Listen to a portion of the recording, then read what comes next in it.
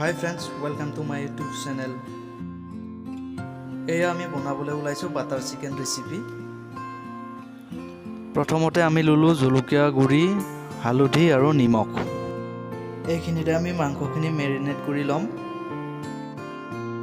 এয়া আমাৰ মাংসখিনি মেৰিনেট কৰা হৈ গ'ল। এতিয়া 1 ঘণ্টা সময় আমি মাংসখিনি থৈ দিম।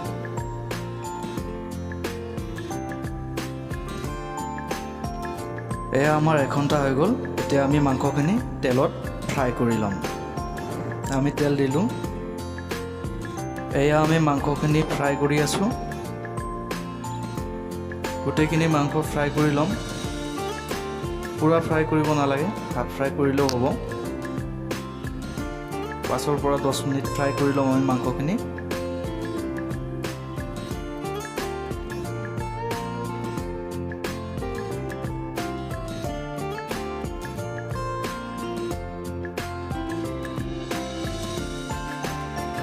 এয়া আমাৰ মাংসখিনি ফ্ৰাই কৰা হৈ গ'ল। আমি এখন সৰু প্লেটত ওলাই ল'ম। আমাৰ যিহেতু মাংস অলপ কম, সেইকাৰণে আমি প্লেটখন লৈছোঁ সৰু।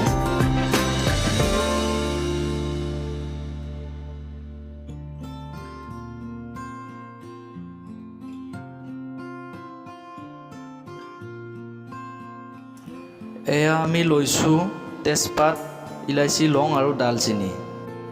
লগতে লৈছোঁ পিঁয়াজ, নহৰু, আদা আৰু কেঁচা জলকীয়া। এইখিনি আমি মাংস তেতিয়া ফ্ৰাই কৰা তেলতে ফ্ৰাই কৰি ল'ম। তেজপাত, লং, ইলাচি আৰু ডালচেনি। এইখিনি ফ্ৰাই হোৱাৰ পিছত ইয়াত আমি ঢালিম পিঁয়াজ।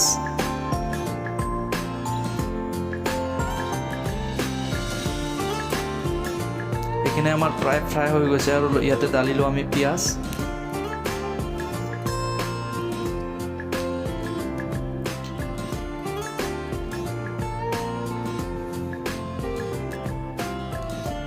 এয়া আমাৰ পিঁয়াজখিনি ফ্ৰাই হৈ গৈছে।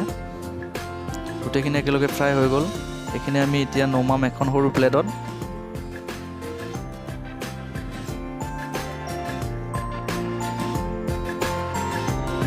এয়া আমাৰ পিঁয়াজখিনি ঠাণ্ডা হ'ল।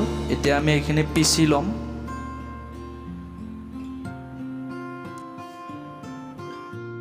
ইয়াৰ লগতে আমি কেঁচা জলকীয়া আৰু আদাখিনি এড কৰি দিম। এয়া আমাৰ পেষ্টখিনি তৈয়াৰী হৈ গ'ল। এতিয়া আমি ল'ম জলকীয়া গুড়ি, হালধি, জিৰা, মিট মছলা, গৰম।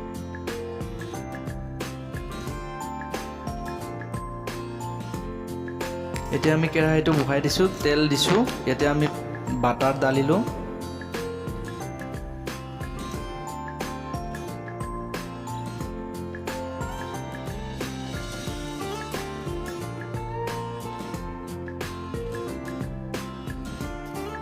এয়া আমাৰ বাটাৰ হৈ গৈছে সম্পূৰ্ণৰূপে। এতিয়া আমি ঢালিম আদা নহৰুৰ পেষ্টখিনি।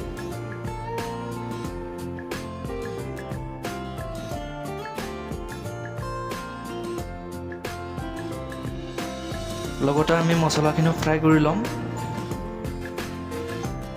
এয়া আমাৰ মছলা ফ্ৰাই হৈ গৈছে। এতিয়া আমি ঢালিম ফ্ৰাই কৰি লোৱা মাংসখিনি। মাংসখিনি ভালকৈ মছলাৰ লগত মিহলাই ল'ম।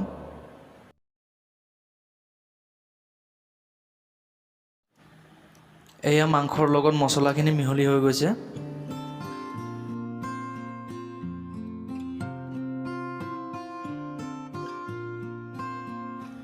এয়া মাংসখিনি মছলাৰ লগত মিহলি হৈ গৈছে। এতিয়া আমি এগিলাচ পানী ঢালিম।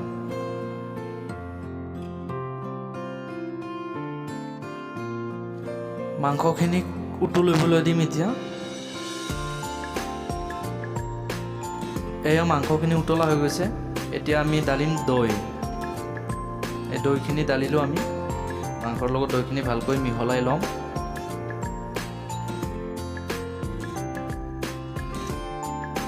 মাংসখিনি ভালকৈ উতলিবলৈ দিম।